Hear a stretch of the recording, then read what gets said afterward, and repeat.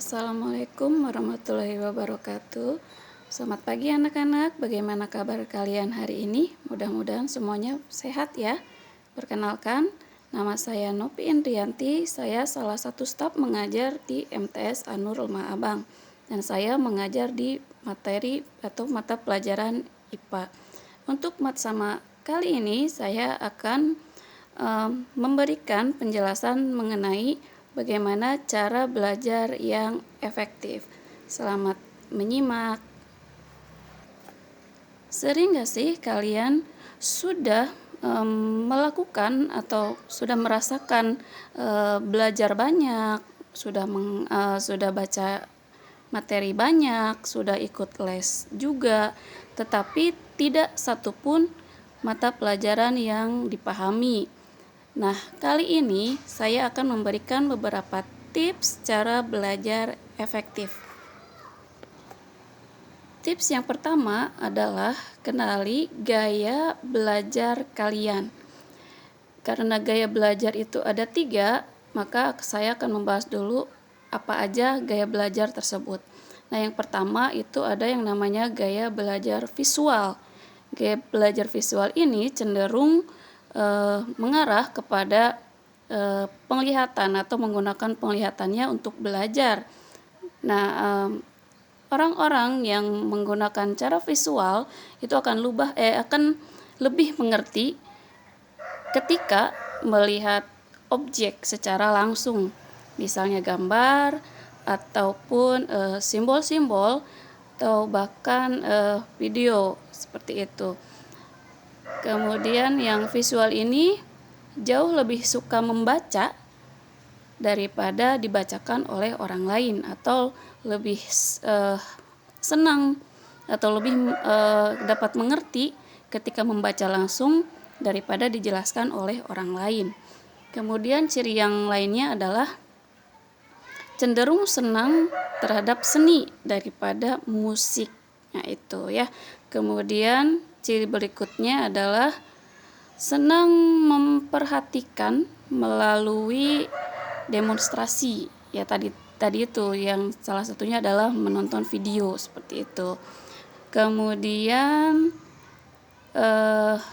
lebih senang perhatikan melalui demonstrasi, otomatis dia lebih senang itu daripada mendengarkan ceramah gitu ya. Kemudian selain ada visual, gaya belajar yang berikutnya adalah gaya belajar auditori. Nah, ini adalah gaya belajar yang cenderung mengandalkan pendengarannya.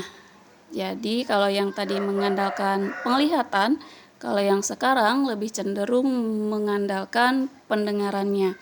Jadi istilahnya kalau yang auditori itu kebalikan dari si visual. Kalau yang auditori otomatis dia atau mereka lebih cenderung mudah untuk menyerap pelajaran itu ketika mendengarkan. Berarti lebih enak untuk mendengarkan ceramah daripada membaca buku sendiri atau belajar mandiri gitu ya. Kemudian otomatis juga yang auditori ini lebih cenderung senang dengan belajar secara diskusi. Kenapa? Karena secara diskusi otomatis dia banyak mendengar dari penjelasan orang lain dan juga lebih bisa untuk beradu argumen di sana gitu ya. Nah, itu untuk auditori. Kemudian yang gaya belajar ketiga yaitu ada yang namanya kinestetik. Kinestetik ini dia berbeda dari yang sebelumnya tadi auditori dengan visual, yaitu kalau kinestetik cenderung gaya belajarnya mengarah ke belajar langsung atau praktek. Jadi kalau anak-anak atau orang yang cenderung ke kinestetik itu lebih senang ke kerja praktek, atau contohnya itu mereka lebih senang ke olahraga. Nah, dari ketiganya kalian harus pahami dulu kalian itu cenderung gaya belajarnya seperti apa, auditorikah visualkah atau kinestetik. Dan ketiganya ini di MTS Anur itu dilakukan ya, baik setiap harinya, walaupun tidak setiap hari itu pasti akan dilakukan ya. Ada visualnya, ada auditorinya, kemudian ada juga kinestetiknya atau prakteknya. Nah, itu adalah gaya belajar yang harus kalian pahami pada diri kalian sendiri gitu. Kemudian cara belajar yang lain atau tips yang lain selain kenali gaya belajar adalah pilih fokus materinya. Fokus materi di sini maksudnya materi apa yang belum kamu pahami itu diperdalam lagi atau dipelajari lebih dalam lagi. Itu ya, jadi dipilih fokus belajarnya.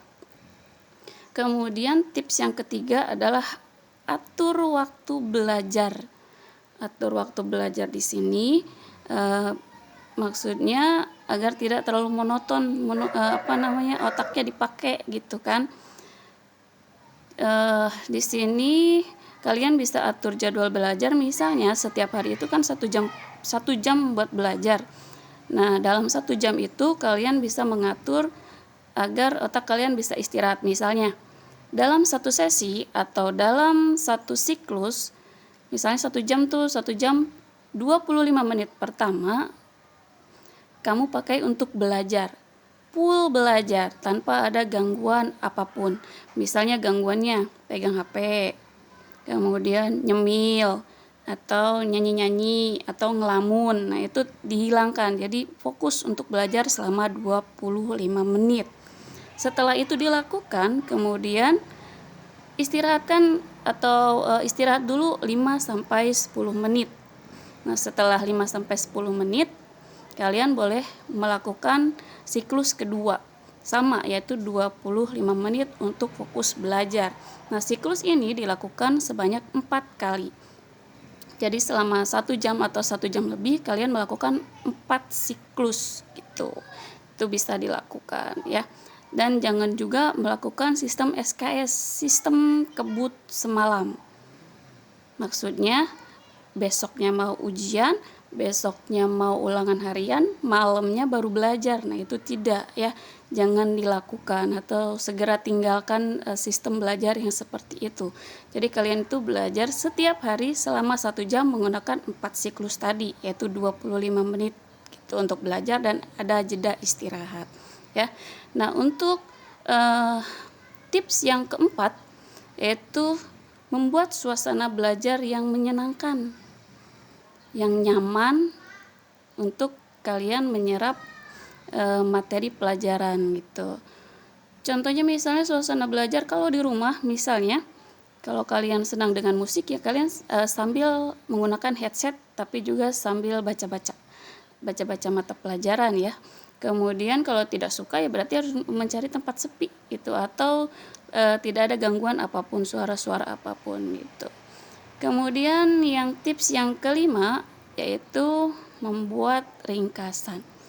Nah, ringkasan ini sangat berguna pada saat kalian akan melakukan belajar secara singkat, tapi bukan SKS ya. Singkat itu berarti intinya saja. Jadi yang namanya ringkasan itu kalian tulis ya intinya saja yang gampang untuk diingat. Kemudian tips yang keenam adalah membuat akronim. Akronim ini adalah singkatan yang mudah untuk diingat.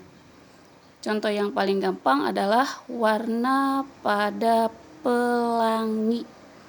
Warna pelangi itu kan 7 ya, 7 dimulai dari merah, jingga, kuning, hijau, biru, nila, ungu. Nah, ke-7 warna tersebut bisa diakronimkan ya. Kita ambil depannya, misalnya merah jingga jadi meji dan seterusnya, berarti mejiku hibiniu itu kalau pada warna pelangi. Atau misalnya pada satuan panjang, ada kilometer, ada hektometer, ada dekameter, ada meter, ada sentimeter, ada desimeter dan milimeter gitu ya. Berarti disingkatnya kucing hitam dalam mobil, desi cantik mondar mandir. Itu untuk menyingkat atau mengakronimkan dari satuan panjang gitu.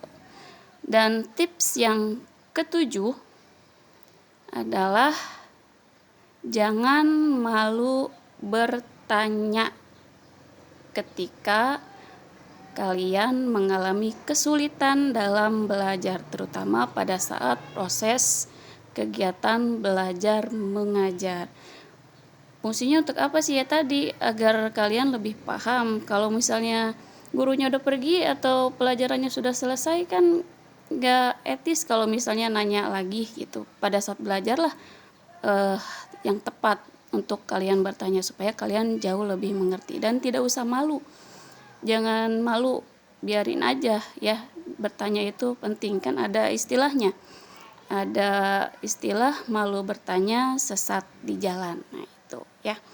Kemudian tips yang terakhir dan ini yang paling penting adalah doa. Karena doa adalah salah satu ikhtiar kita meminta kepada Allah kemudahan. Insya Allah, Allah pun akan memberikan kemudahan pada kita pada saat kita belajar. Nah, gimana? Sudah tahu kan gimana cara belajar yang efektif? Nah, selama ini sudah benarkah cara belajar kalian? Semoga video ini bisa membantu dan bermanfaat untuk kalian. Terima kasih. Wabillahi taufiq wal hidayah. Wassalamualaikum warahmatullahi wabarakatuh.